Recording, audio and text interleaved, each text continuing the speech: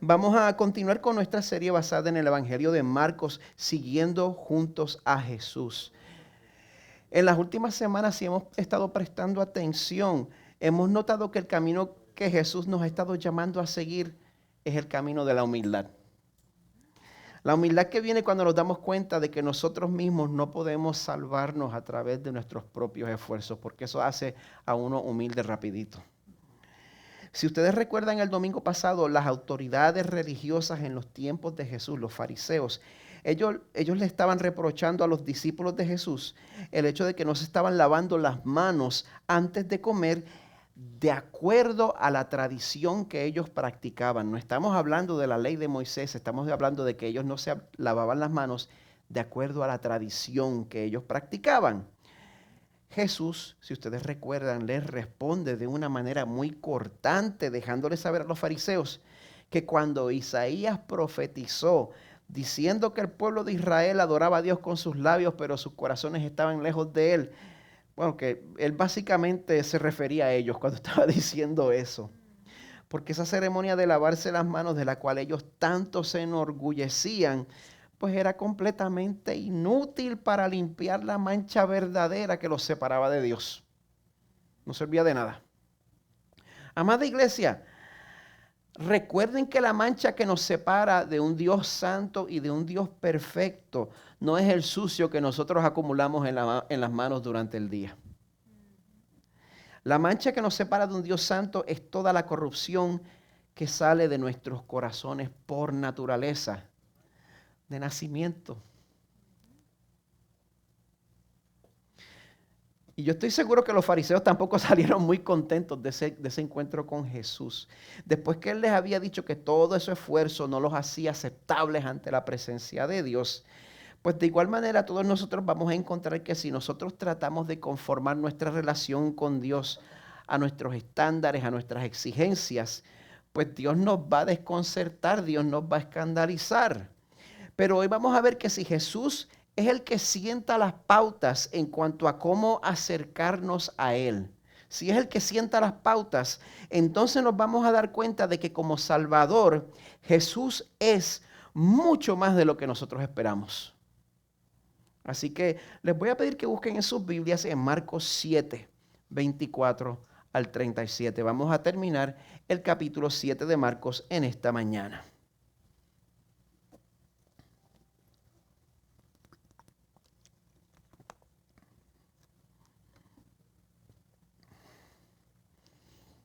Esta siempre es mi pausa para tomarme el agua. Espero que me esté tomando la de Carmen y no la de Minelia.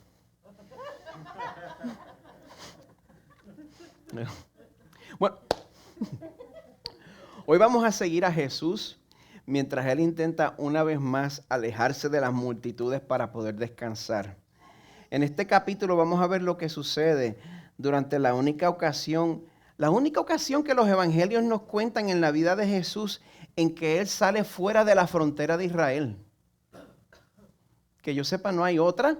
Él sale fuera de la frontera de Israel hacia el norte, hacia tierras gentiles y paganas. Así que vamos a leer en Marcos 7, 24 al 37. Así dice la palabra del Señor. Estoy leyendo de la Nueva Biblia de las Américas. Dice así. Levantándose de allí, Jesús se fue a la región de Tiro y entrando en una casa no quería que nadie lo supiera, pero no pudo pasar inadvertido, sino que enseguida al oír hablar de él, una mujer cuya hijita tenía un espíritu inmundo fue y se postró a sus pies. La mujer era gentil, sirofenicia de nacimiento, y le rogaba que echara al demonio fuera de su hija. Y Jesús le decía: deja que primero los hijos se sacien, pues no está bien tomar el pan de los hijos y echarlo a los perrillos. Es cierto, Señor, le dijo ella, pero aún los perrillos debajo de la mesa comen las migajas de los hijos. Jesús le dijo: por esta respuesta, vete, ya el demonio ha salido de tu hija. Cuando ella volvió a su casa, halló que la niña estaba acostada en la cama y que el demonio había salido. Volviendo Jesús a salir de la región de Tiro, pasó por Sidón y llegó al mar de Galilea atravesando la región de Decápolis. Y le trajeron a uno que era sordo y tartamudo y le rogaron que pusiera la mano sobre él. Oigan esto. Entonces Jesús, tomándolo aparte de la multitud y a solas, le metió los dedos en los oídos y escupiendo, le tocó la lengua con la saliva. Y levantando los ojos al cielo, suspiró profundamente y le dijo, Efatá, esto es, ábrete. Al instante se abrieron sus oídos y desapareció el impedimento de su lengua y hablaba con claridad. Jesús les ordenó que a nadie se lo dijeran, pero mientras más se lo ordenaba, tanto más ellos lo proclamaban. Y estaban asombrados en gran manera y decían, todo lo ha hecho bien. Aún a los sordos hace oír y a los mudos hablar. Esta es palabra del Señor. Señor, una vez más expresamos nuestra gratitud porque tú te has revelado a nosotros. Gracias, Señor, por estos eventos específicos, los cuales tú decretaste fueran preservados para tu palabra. Gracias por la manera en que nosotros leemos esto y esto nos desafía. Gracias porque la sabiduría proviene de ti. Gracias por tu Hijo perfecto que nunca pecó, aun cuando dijo cosas que nos parezcan insensibles hoy en día. Pedimos que tu Espíritu nos dé sabiduría para entender tu palabra correctamente. Ayúdanos, Señor, lo necesitamos. Permítenos comer de las migajas que caen de debajo de tu mesa. Invade nuestras vidas más allá de lo que estamos listos para rendir, Señor. Amén. Pedimos todo esto en el dulce nombre de Jesús. Amén. En el año 1995, Carmen y yo nos mudamos al área metropolitana de la capital americana, la ciudad de Washington, D.C. Estuvimos viviendo allí 5 años, de 1995 hasta el año 2000. Durante ese periodo de tiempo, Carmen trabajaba, era profesional de maquillaje y de pelo para una red de compañías de teatro, de compañías de ópera y de compañías de talento en general. Y ella formó esa red trabajando independientemente con ellos y ella trabajaba regularmente tras bastidores. Eso fue un tiempo bien excitante. Cuando nosotros vivíamos allí. Y uno de los aspectos más divertidos de ese trabajo es que frecuentemente ella tenía la oportunidad de trabajar con personas famosas. Sucedía. Muchas veces, pues como Carmen tenía esa oportunidad, pues yo también llegaba a ver esas celebridades en persona. Yo me arrimaba y los llegaba a ver también. Es interesante cómo solamente el hecho de tener una tarjeta de identificación o el estar con la persona que tiene esa tarjeta de identificación te daba acceso a interactuar con personas que normalmente mantenían su contacto con el público a un mínimo. Y ustedes tienen suerte que todo esto pasó antes de los medios sociales, porque yo les garantizo que ahí ustedes estarían cansados de toda la novelería que yo hubiera obligado a Carmen a poner. No, pon la foto con este, no, pon la foto con esta, no, pon allá, oye. Pero ustedes saben a quienes nosotros nunca tuvimos acceso mientras vivimos en Washington, D.C. durante los 90. A Bill Clinton, que era el presidente para entonces. Porque tanto entonces como ahora, para poder entrar en la Casa Blanca y estar con el presidente, usted tiene que pasar varias etapas de autorización de seguridad. Y solo entonces usted puede tener un acceso limitado y supervisado al presidente. Y mientras más importante sea la persona con quien usted vaya a estar, más minucioso el procedimiento que usted tiene que pasar para ser aprobado.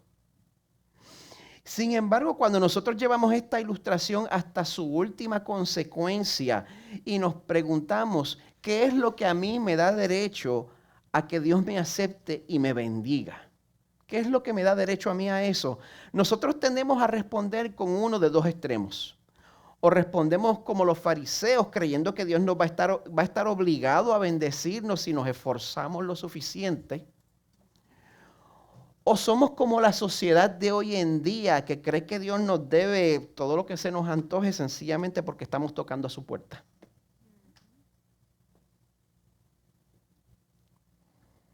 Aunque nunca le hayamos hecho caso a Dios en nuestra vida. Así que, amada iglesia, yo les pregunto, ¿quién de los dos tiene la razón? ¿Está Dios obligado a aceptarnos por medio de nuestros esfuerzos o sencillamente porque ese es mi derecho como ser humano? Yo les propongo que el pasaje de esta mañana nos va a enseñar una lección amorosa que nos dice, si pones a un lado tus exigencias, Jesús sobrepasará tus expectativas. Si pones a un lado tus exigencias, Jesús sobrepasará tus expectativas. Este pasaje que vamos a considerar nos permite ser testigos de dos incidentes interesantes e inusuales. En el primer incidente vamos a ver que la persona que recibe la misericordia de Dios no es la que llega con exigencias, sino que es la persona que llega con un concepto propio balanceado, con un concepto propio humilde, con un concepto propio que está en la realidad.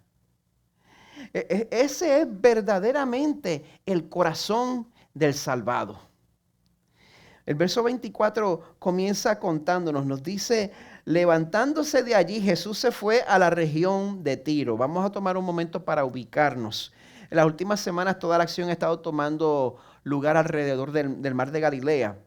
Y entonces el último pueblo que se nos ha mencionado en específico ha sido Genezaret.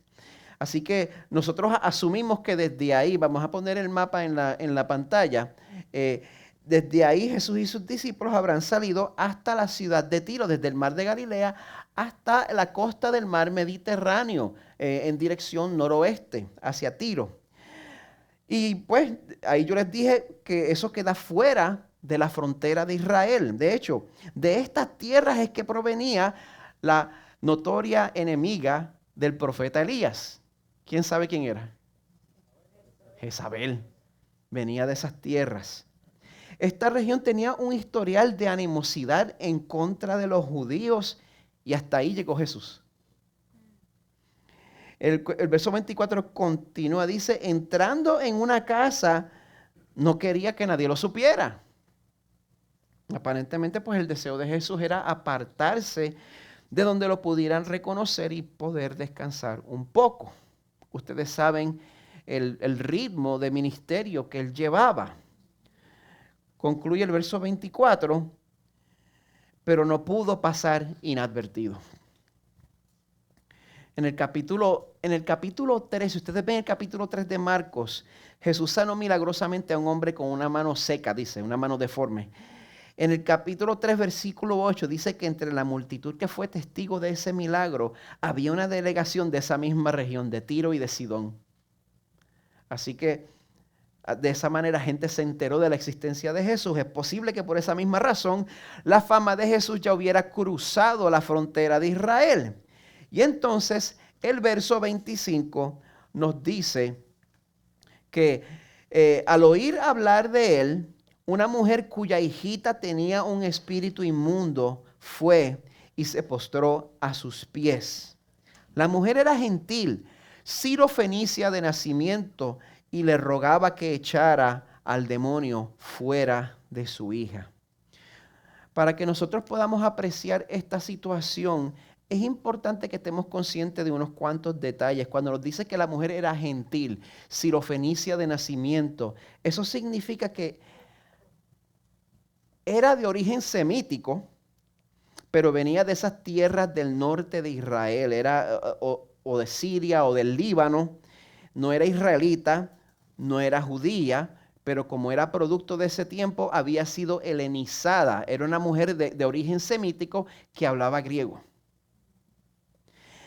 es muy probable que ella se daba cuenta que al acercarse a un rabino judío, ella estaba violando muchas reglas de etiqueta. Se daba cuenta de que estaba haciendo algo que no se supone que estuviera haciendo. Ella no tenía ninguna de las credenciales necesarias para poderse acercar a Jesús.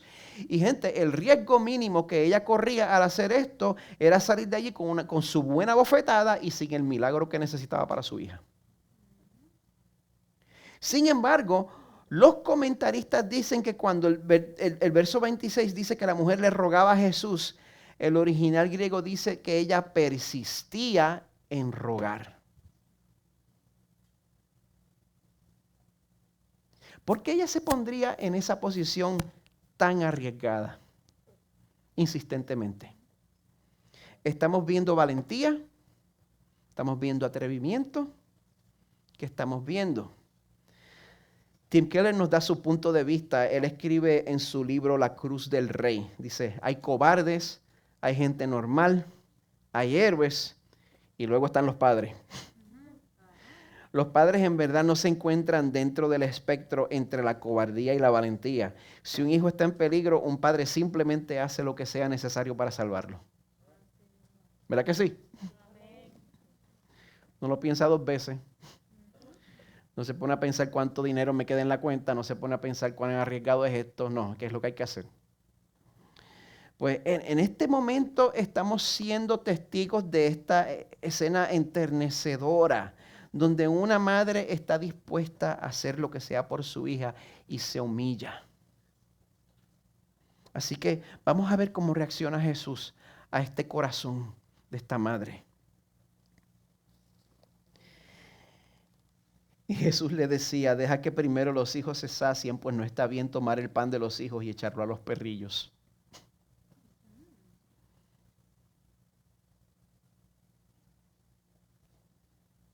¿Que Jesús dijo qué? ¿Nosotros oímos bien? Yo creo que leí lo que leí. Jesús en verdad dijo esto que acabamos de leer. O sea, que en este momento de necesidad, Jesús nos va a salir nacionalista.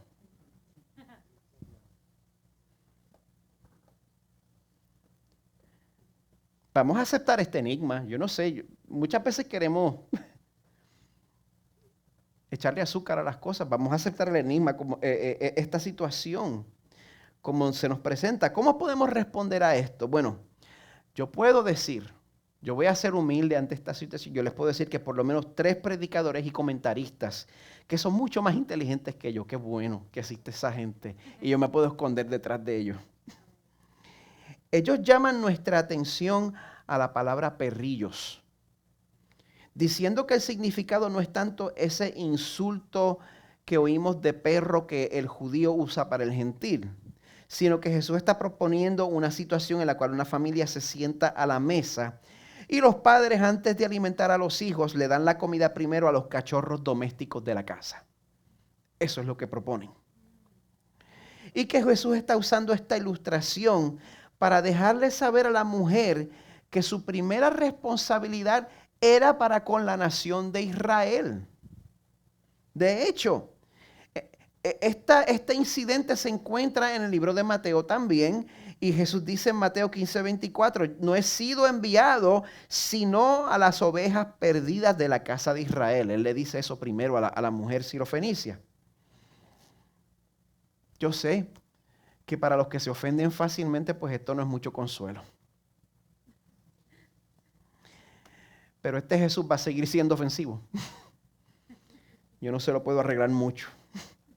Por eso yo le pregunto esta mañana, ¿este Jesús ofende tus sensibilidades contemporáneas?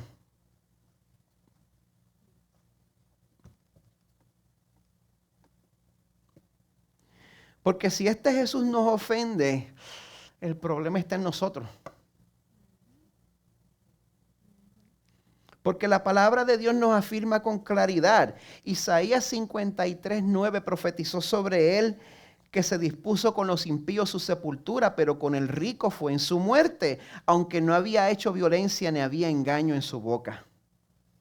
Primera de Juan 3:5 dice sobre él: ustedes saben que Cristo se manifestó a fin de quitar los pecados y en él no hay pecado. Hebreos 4:15 dice sobre él: no tenemos un sumo sacerdote que no pueda compadecerse de nuestras flaquezas, sino uno que ha sido tentado en todo como nosotros, pero sin pecado.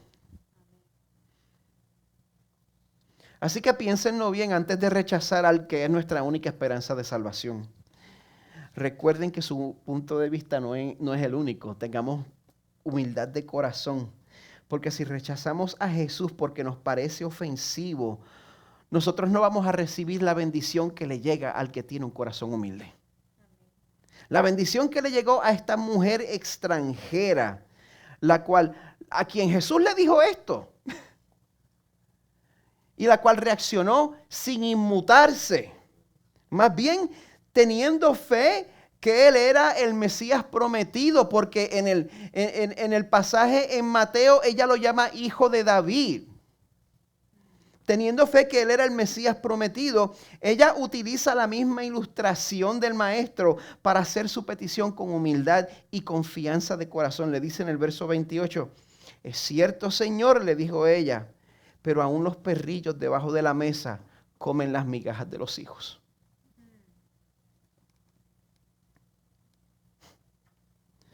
Bueno, aquí vemos que después de todo Jesús había estado probando su fe. Y le dice, Jesús le dijo, por esta respuesta vete, ya el demonio ha salido de tu hija. Cuando ella volvió a su casa, halló que la niña estaba acostada en la cama y que el demonio había salido.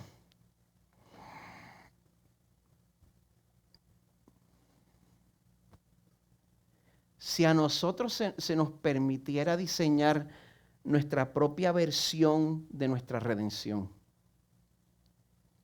de acuerdo a nuestras propias condiciones, yo creo que nosotros siempre buscaríamos preservar nuestra reputación y nuestra respetabilidad.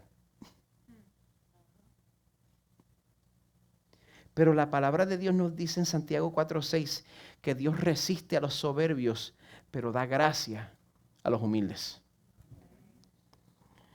El que recibe misericordia es el que sabe que por definición la misericordia es para el que no la merece.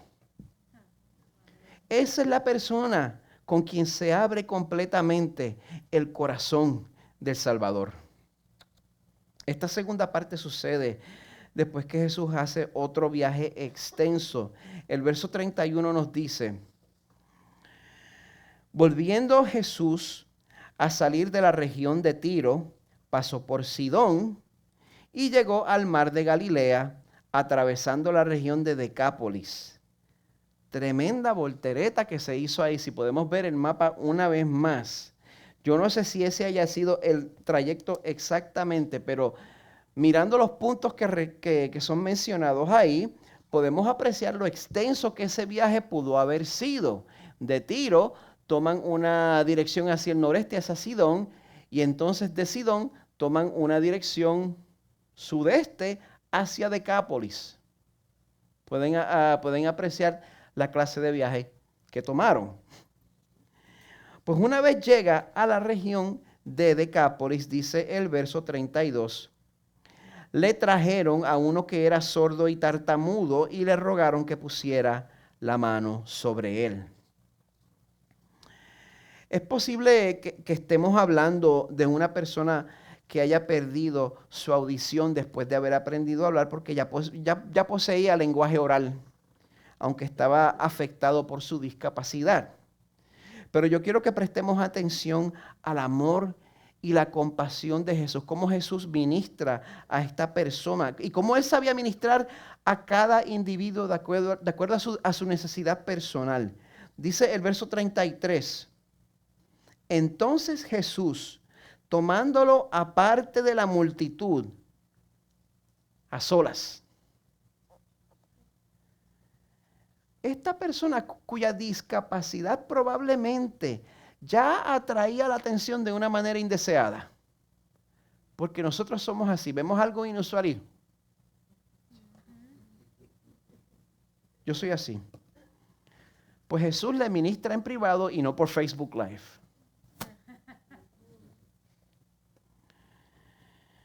Y también Jesús no le sale con, mira, yo te voy a sanar. No le grita, sino que se comunica con él a través de gestos, a través de toque. Y aquí Jesús viene otra vez a ofendernos. Prepárese para esta. Le metió los dedos en los oídos y escupiendo le tocó la lengua con la saliva.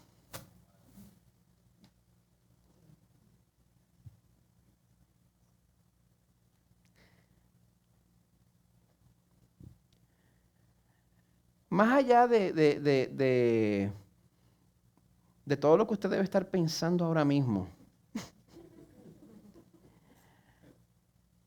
piense en que Jesús no, desde el otro lado, desde el otro lado del cuarto, extiende las manos y lo sana a larga distancia, como hizo con otras personas, como hizo con la niña que sanó a quien le sacó el demonio. A esta persona le ministró personalmente, fue donde él lo tocó sus oídos, te voy a sanar de la sordera. Literalmente toca a este hombre, él literalmente invade los oídos de este hombre con la vida de sus propios dedos. Nosotros vemos la saliva de Jesús tocando la lengua de este hombre, transformándola. Nosotros vemos la vida de Cristo tocando este cuerpo, trayendo vida y renovando funciones que ya no existían.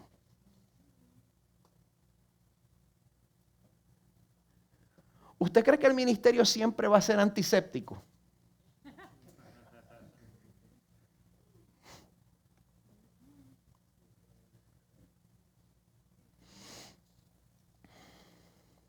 Ahora, en este caso, nosotros podemos ver cómo Jesús hace esto y podemos reaccionar, pero en este caso hay una diferencia. Jesús es Dios hecho hombre.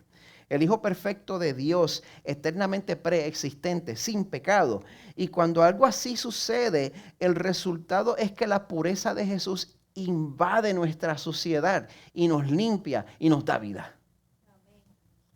En medio de esto, aún mientras ministra, Jesús está lamentando los estragos que el pecado ha causado en la raza humana. Dice el verso 34, levantando los ojos al cielo, suspiró profundamente. Jesús se da espacio para lamentar junto con la persona a quien está ministrando. Nos damos espacio para lamentar junto con la persona que está pasando por algún tipo de pérdida. Eso es lo que hace que la persona sienta que ha recibido cuidado. No que usted le diga, Dios tiene el control. Vamos. No hay mal que por bien no venga.